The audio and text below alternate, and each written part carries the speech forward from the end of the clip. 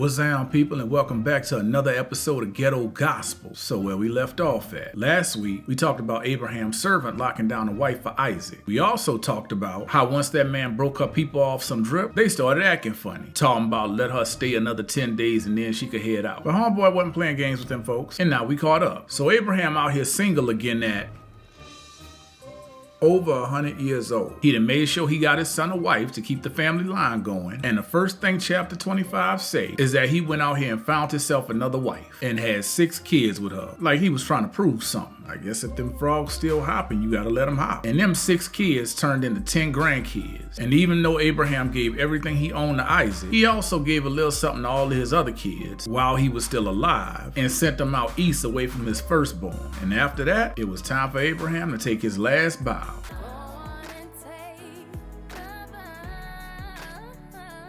Verse 7 and 8 say he lived 175 years and took his last breath at a good old age. So Isaac and Ishmael buried him in the same cave where Sarah was buried. It also say that God blessed Isaac and that he lived by the seeing well. That's the same one where God saved Ishmael, which kind of feel like unnecessary information,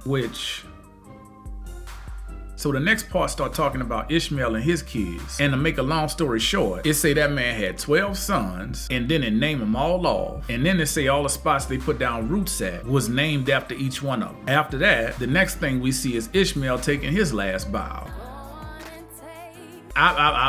We don't need to keep doing that. And Ishmael lived to 137 and died. And his kids and them settled opposite of Egypt, which for all of y'all who like maps, here you go. And the last thing verse 18 makes sure to tell us is that Ishmael people put down roots not too far away from their relatives.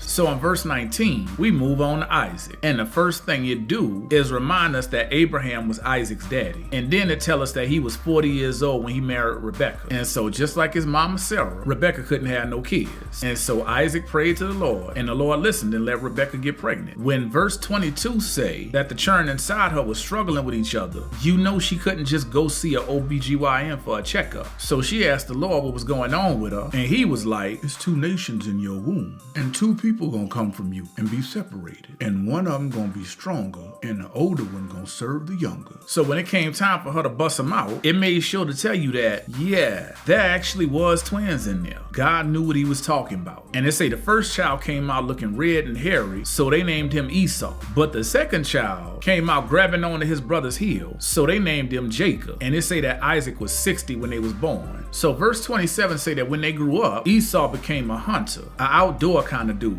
But Jacob was a quiet cat who stayed at home. And Isaac loved his son Esau because that boy killed all kind of wild meat for him. But Rebekah loved Jacob. So apparently, one day Esau came in from the field, wore out, and he told Jacob, "Say, bruh, let me get some of that red stuff you cooking. Your boy tired, yeah." And the next line say that that's also why they used to call him Edom. And Jacob was like, "Sell me your birthright first." So Esau was like, "Man, I'm about to die. What am I gonna do with a birthright?" Jacob was like, "Nah, bruh, swear on it first." And Esau swore it and sold his birthright to Jacob. And this next piece is the part that really get under my skin. Jacob gave that man bread and lentil stew. And Esau drank and got up and left. You know what lentils is? This. It ain't even say he had no rice with it. That man sold his birthright for a bowl of vegetable stew. Wasn't even no meat in it. It ain't like he had a proper bowl of red beans and rice with some smoked sausage up in there. Is that shrimp in the red beans and rice?